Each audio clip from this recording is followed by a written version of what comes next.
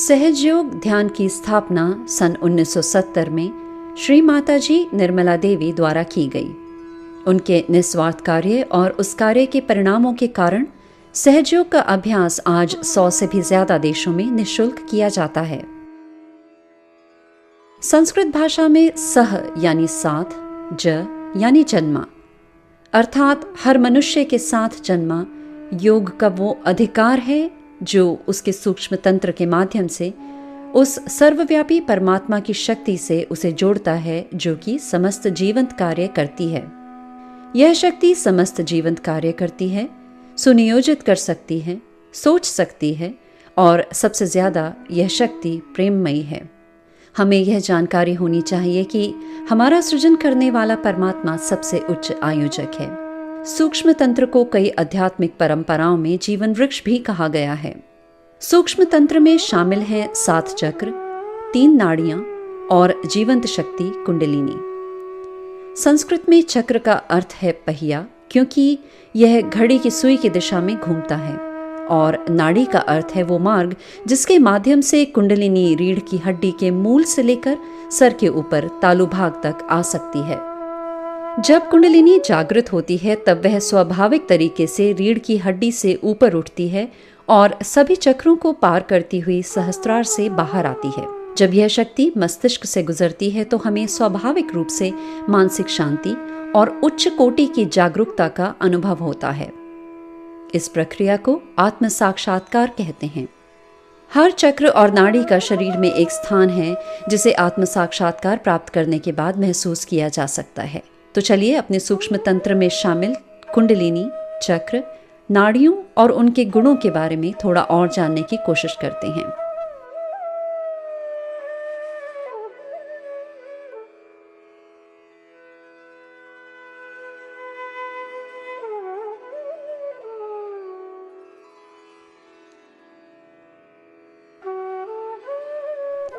हर मनुष्य के अंदर कुंडलिनी नामक एक आध्यात्मिक शक्ति होती है, जो कि त्रिकोणाकार अस्थि में सुप्तावस्था में 3.5 कुंडल में विराजमान रहती है।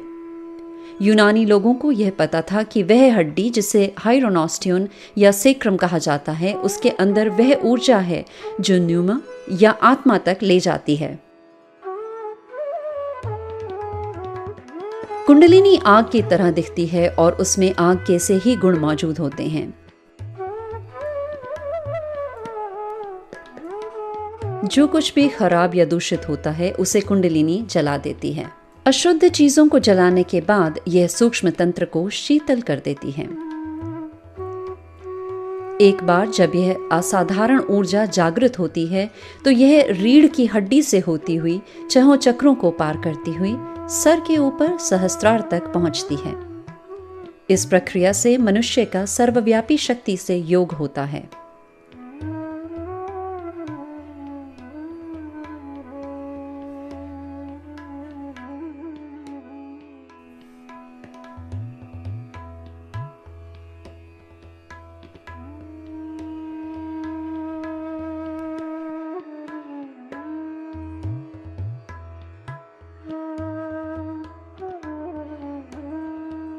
इस 4 पंखुड़ी वाले चक्र को मूलाधार चक्र कहा जाता है। यह चक्र त्रिकोणाकार त्रिकास्थी हड्डी जिसमें कि कुंडलिनी निवास करती है, ठीक उसके नीचे स्थित होता है। इस चक्र का प्रमुख गुण अबोधिता है।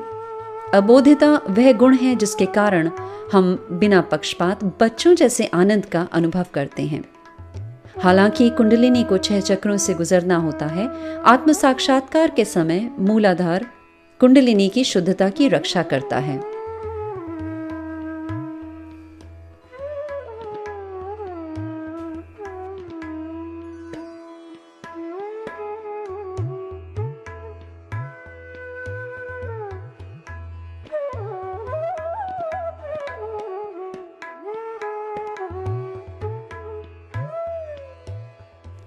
दस पंखुड़ी वाले चक्र को नाभि चक्र कहते हैं और यह नाभि के पीछे स्थित होता है। यह वो चक्र है जो हमें उदारता और पूर्ण संतोष का अनुभव देता है। जब यह चक्र प्रबुद्ध होता है तो यह हमें आध्यात्मिक उत्थान, धार्मिकता, नैतिकता और हमारे जीवन के सभी स्तरों पर पूर्ण संतुलन देता है।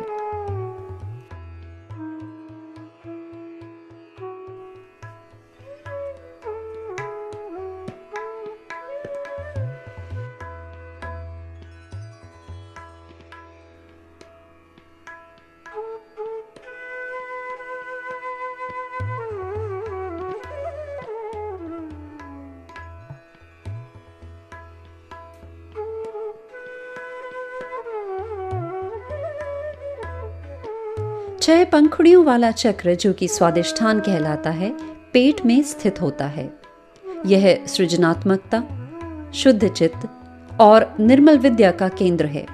यह वो चक्र है जो हमें अंतर्जात प्रेरणा स्तोत्र से जोड़ता है और हमें आसपास की सुंदरता को अनुभव करने की क्षमता देता है।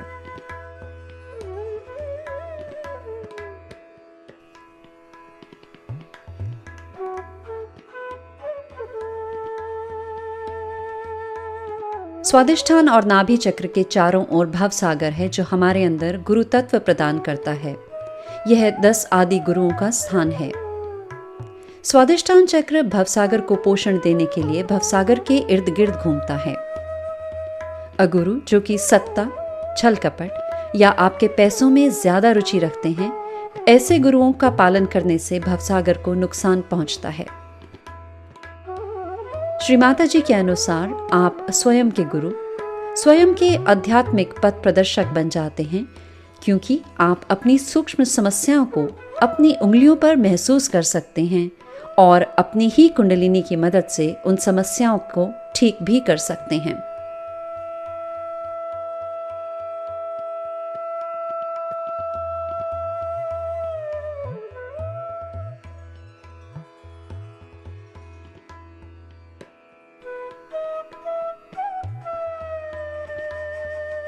बारह पंखुड़ी वाला चक्र अनाहत चक्र कहलाता है। यह रीढ़ की हड्डी में स्टर्नम बोन के पीछे स्थित होता है। अनाहत चक्र में आत्मा का निवास है, जो कि सदा पवित्र है और इस पर किसी चीज का प्रभाव नहीं होता। जब यह चक्र जागृत होता है तो यह हमें जिम्मेदारी और दूसरों के प्रति शुद्ध व्यवहार का भाव प्रदान करता है। यह हमें पूर्ण सुरक्षा और आत्मविश्वास भी प्रदान करता है।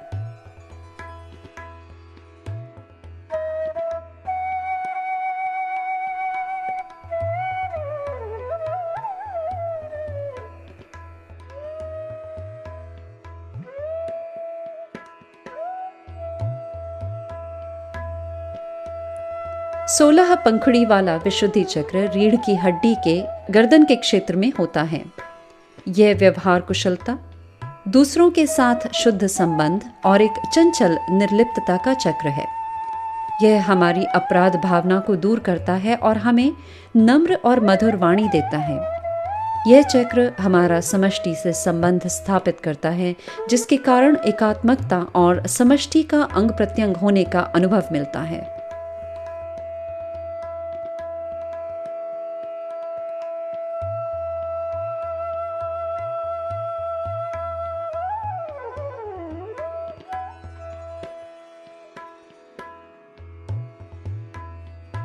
दो पंखुड़ी वाला चक्र आज्ञा चक्र कहलाता है। मस्तिष्क में ऑप्टिक कियाज्मा पर, जहां दो ऑप्टिक नर्व्स यानी ऑप्टिक तंत्रिकाएं एक दूसरे को पार करती हैं, वहां यह चक्र स्थित होता है। जब यह चक्र जागृत होता है तो मनुष्य तुरंत निर्विचार और क्षमाशील हो जाता है, क्योंकि इस चक्र का यह गुण है। क्षमा वो शक्ति है जिसके कारण हम क्रोध, नफरत और द्वेष को छोड़कर हमारी आत्मा की उदारता और महिमा का परिचय पाते हैं। आत्मा ही है जिसकी मदद से हम अहंकार, हमारे अनुबंधन, आदतें, जातिवाद की गलत धारणाएं और समस्त गलत पहचानों को खत्म कर पाते हैं। 1000 पंखुड़ियों वाला सहस्त्रार चक्र सबसे महत्वपूर्ण चक्र है। हमारे मस्तिष्क में हजारों तंत्रिकाएं या नर्व्स होती हैं, और अगर हम मस्तिष्क को आड़े भाग से देखें तो यह देखा जा सकता है कि ये नर्व्स बहुत खूबसूरती से किसी कमल की सहस्त्र पंखुड़ियों की भांति योजित होती हैं। यह चक्र बाकी सभी चक्रों के गुणों को एकीकृत करता है।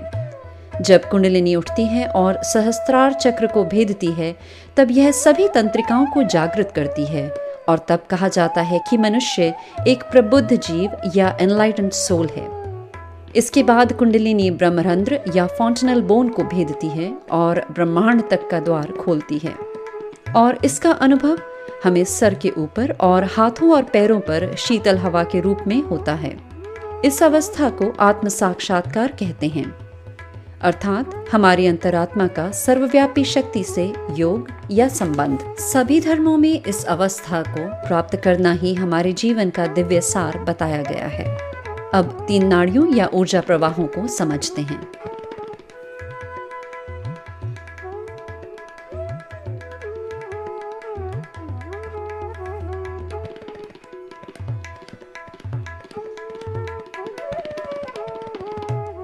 बाईं नाड़ी को ईड़ा नाड़ी या चंद्र नाड़ी कहा जाता है।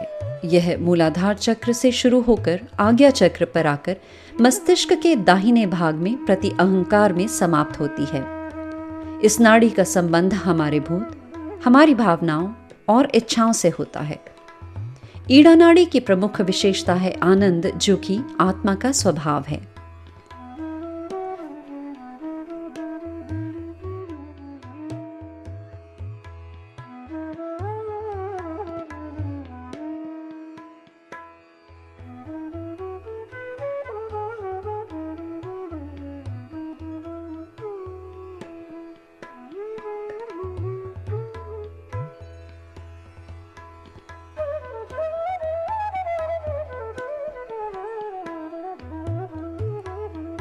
दाईं नाड़ी को पिंगला नाड़ी या सूर्य नाड़ी कहा जाता है। यह स्वादिष्ठान चक्र से शुरू होकर आज्ञा चक्र पर आकर मस्तिष्क के बाएं भाग में अहंकार में समाप्त होती है। इस नाड़ी का संबंध हमारे भविष्य, हमारी शारीरिक और बौद्धिक सक्रियता से होता है। एक तरह से यह हमारी क्रियाशीलता की शक्ति की वाहक है।